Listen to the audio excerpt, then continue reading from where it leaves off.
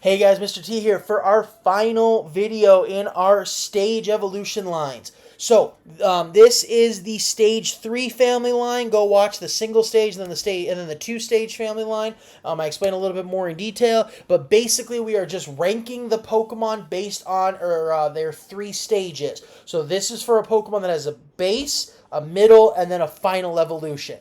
Our single stage and our 2-stage, you should go watch those first, then come back to this one. But let's go ahead and dive in. So the rules are simple on this one. I have to base it off the whole family line. I cannot single a single Pokemon out, so I can't say your 3-stage family makes the list because of you. It has to be the entire family put together. And you're going to see what I mean by this really soon because of my honorable mentions list. So let's go ahead and dive in. So my honorable mentions list. Some of you are going to be shocked when you see this, and you're going to think I've lost my mind. But my honorable mentions. I know. Me of all people, not putting Charizard on a top 10 list where I could feasibly put him. I get it. And I did put Charizard on my top 10. I had him at like second or third. But the more I thought about it, like, I like Charmeleon and Charmander. They're great, but they're not so amazing that I can put them on this list. Again, Charizard beats every Pokemon on this list hands down. He alone could be number 1 just by himself. But the rules are I had to take the entire family line into consideration. I can't just base it off a single Pokemon. And that's why the Charizard family didn't make it on the list. So technically the Charmander family didn't make it on the list. Again, it breaks my heart, but it shows you guys I'm not completely biased towards Charizard. I will throw him off if he doesn't meet the criteria. But yeah, so these are my honorable mentions. I love all these Pokemon. They've all been great. I've used them all in some capacity, some way, shape, or form.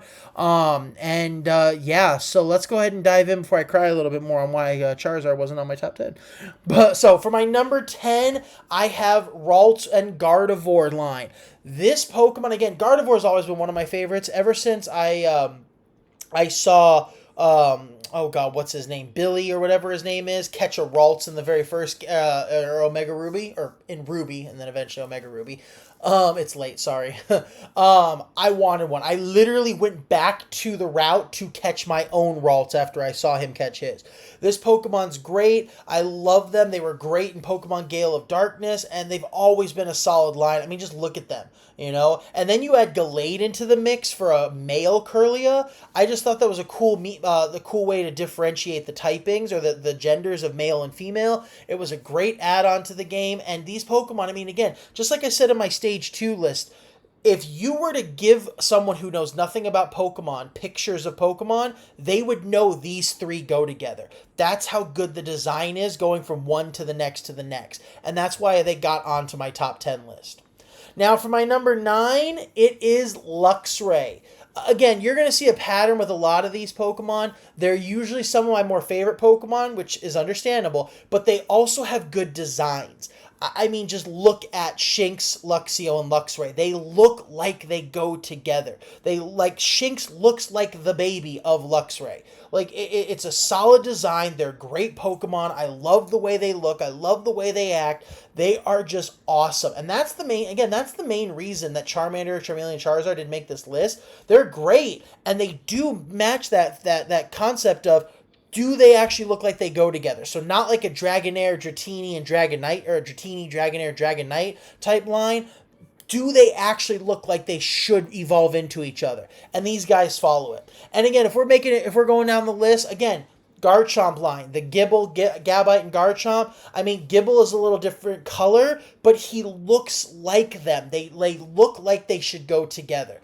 Gible has the general face and the mouth and the head features and stuff. And these Pokemon are just solid designs. They match together. They go well together, and they're just awesome all the way around. And again, who doesn't love Garchomp? I mean, once we saw Cynthia, we all loved Garchomp. And speaking of Garchomp, I want to give a special shout out the voice actress to Cynthia. She passed away recently, so that's like the 3rd or 4th Pokemon voice actor that's passed away in the last year, and it sucks because our childhood is slowly dying. and it's so sad that I saw that news. So special shout out to her. So thank you for making a huge impact on our childhood. Now, from our number 7 is the Trico line. So Trico, Grovyle, and Sceptile. I probably could have put these guys a little higher. I just feel the ones above them matched up a little bit better. But again, I'm going to be a broken record on these things. I mean, just look at them. They look like they go together. They are a solid design. They match up well. And they're just great all around Pokemon. I love the line. I love the way they look. I love the play style. And again, Hoenn has the best starter trio of any game. No shade at Kanto. Charmander and Squirtle are great. But Hoenn is the gold standard when it comes to a starter trio. Now, I'm going to get a little out there, but once you see it, you're going to really think about it and go, oh my god, I can see that. I can see why they'd be a top 10 in a 3-stage line. So my number 6 and my number 5 are going to be both from Paldea. So number 6 is the Tinkaton family. Okay, these Pokemon, again, look at them. They go together. And one of the things I really find funny and really cool is, cool sounds wrong for what I'm about to say, but you get what I'm saying. It's funny because Tinkaton's Pokedex entry says it likes to hit rocks at Corviknights to knock them out of the sky. Okay? And there is a special form of Tinkaton where it actually uses a Corviknight's skull as its hammer. But the thing that's cool, that's not the cool part because that's kind of messed up. Well, most Pokemon Pokedex entries are messed up. But the cool thing is, just for the continuity of the game type thing and kind of like the world building behind the scenes, in the Paldea region, when you fly from place to place, the taxi that picks you up are Squawkabillies. But when you fly on the taxi in Galar, it's a Corviknight. And the reason that the game, they made it clear in the game and in the series, it's the same company. So it's not like it's two different companies. It's the same company who's providing you the service to fly you around. And the reason that they switch Pokemon is because of Tinkaton. So it's cool how Tinkaton and that family line has like real lore behind it. Okay, it's like, well, we're gonna have a taxi service that uses a flying Pokemon. Well, we can't use this Pokemon from this region because if we use it in this region, it's gonna get knocked out of the sky with a rock and kill the person in it. So I think that background lore is cool, and it's one of those where you don't think about it until you're actually told it. Now, my number 5 is Pawmot. I love this Pokemon. Easily one of my more favorite electric types. And again, just look at the line. It's so cute. They all got the same face, the same ears, those little eyes that, they don't really change. And it's a solid Pokemon. I mean, this guy is so cool. And I kind of like the evolution trait. When it comes to those niche ways of evolving, like when we had to turn our DSs upside down to activate the gyroscope, and when we have to spin in circles to activate a Pokemon and stuff like that, or back in the old days where you had to trade a Pokemon to get it to evolve, some of those evolution niches I wasn't a fan of because it's like, okay, who cares? This is too much. But I kind of liked Pawmots because you had to take Pawmo out of the Pokeball and have him run around with you, and that's how Pawmot evolved. And it was a fun little thing. It's like, okay, he evolves because he's out of his Pokeball running around with us. So I always thought that was kind of cute and fun and a nice little add-on to the game. Now, my number 4 is Nidoking and the Nidoran male line. Now, if you're wondering why Nidoqueen was honorable mention and Nidoking gets to be on this list, the biggest reason is, well, Nidoking just looks cooler. That's one. But he also is purple. And purple is my favorite single color. My favorite combination of colors is red, white, and blue because of America. But single standalone colors, purple's my favorite. And it's actually this shade of purple. And Nidoking's not the reason that it's that shade of purple. He just happens to line up. But again, solid design, goes together well, builds off each other, and it's a good transition.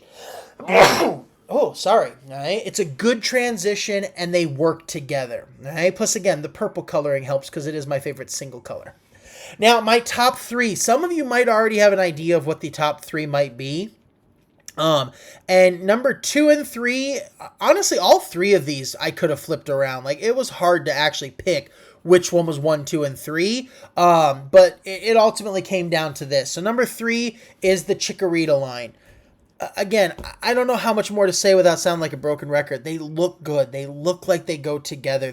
One goes into the next, Okay, you got that general feature, and you can tell Meganium is a adult version of Chikorita. They work. They play well together, and they're solid all the way around. Now, for my number 2 is the Ampharos line. And the thing is this is kind of like back in my other list with the Vulpix and the Ninetales. It's one of those where they don't look like they go together like at a quick glance. But then when you actually look at them, you see they have the same tail, the same ears. They have that fluffiness that slowly starts to go away. And then Ampharos gets it back when it mega evolves. But they do have the features that make it look like it goes together. And again, not every Pokemon line needs to be exactly identical. They just need to have the features that bring them out of each other. Like the Dragonair, Dragonite, Dratini line, that one just doesn't go together. Dratini and Dragonair, great. Then you go to Dragonite, and it's like there's almost nothing about Dragonite that makes him fit in with the other ones. Ampharos fits in with Mareep. Mareep fits in with Flaffy. Like, you see it when you look at them. And again, Ampharos is one of my more favorite Pokemon. I've really been getting into Ampharos lately. Been buying the cards, been playing the game, and it's just a solid, cool Pokemon. Plus, it's got a cool Mega Evolution. But again, this line, it's one of those where it's different, but it works. That's why it's such a cool, good line. And my last one, some of you probably already know, or you probably have a guess, it's Squirtle. Again, I like Squirtle better than Charmander, and Blastoise is my third favorite Pokemon. Third, fourth, fifth. He's top 5. But, I mean, this line is great. And the reason that I put these guys instead of Charmander, Charmeleon, and Charizard is Blastoise can't compete with Charizard, but he's still close. Like, he's up there. Wartortle beats Charmeleon, and Squirtle beats Charmander.